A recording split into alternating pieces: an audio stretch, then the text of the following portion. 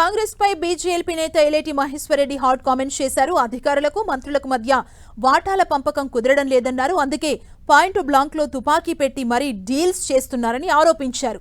మంత్రి కొండా సురేఖ మాజీ ఓఎస్డీని ఎందుకు అరెస్ట్ చేయట్లేదని ఆయన ప్రశ్నించారు. ఎందుకోసం సుమంత్ అరెస్టును ఆపుతున్నారని నిలదీశారు. సుమంత్ వాడిన తుపాకీ ఎక్కడిది, దానికి లైసెన్స్ ఉందా అంటూ ప్రభుత్వానికి ప్రశ్నలు సంధించారు.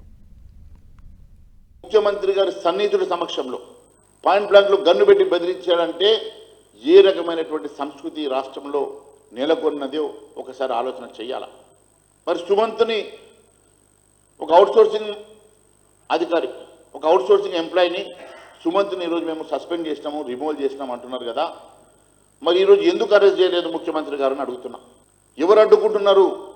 దేనికోసం ఈరోజు సుమంత్ని అరెస్టుని ఆపుతా ఉన్నారో ముఖ్యమంత్రి గారు దీనికి జవాబు చెప్పాలి. ఆ రోజు మంత్రి గారి ఇంటికి అన్న అరెస్ట్ చేయడానికి వెళ్ళామని చెప్పి అడ్డుకున్నారని చెప్పారు కదా. ఎవరు అడ్డుకున్నారు? అడ్డుకున్న వాళ్ళ మీద ఏం చర్య తీసుకున్నారు? మరి సుమంత్ని ఆ రోజు అడ్డుకున్నారేమో, ఆ రోజు అరెస్ట్ చేయకుండా ఆపారేమో. మరి గత వారం రోజుల నుంచి సుమంత్ బాటంగానే రోడ్ల మీద తిరుగుతూ ఉంటే సుమంత్ని ఎందుకోసం అని చెప్పేసి పోలీస్ అధికారులు అరెస్ట్ చేస్తలేరు, కేసులు నమోదు చేస్తలేరు? దీని వెనుక ఉన్న తతంగం ఏమిటి?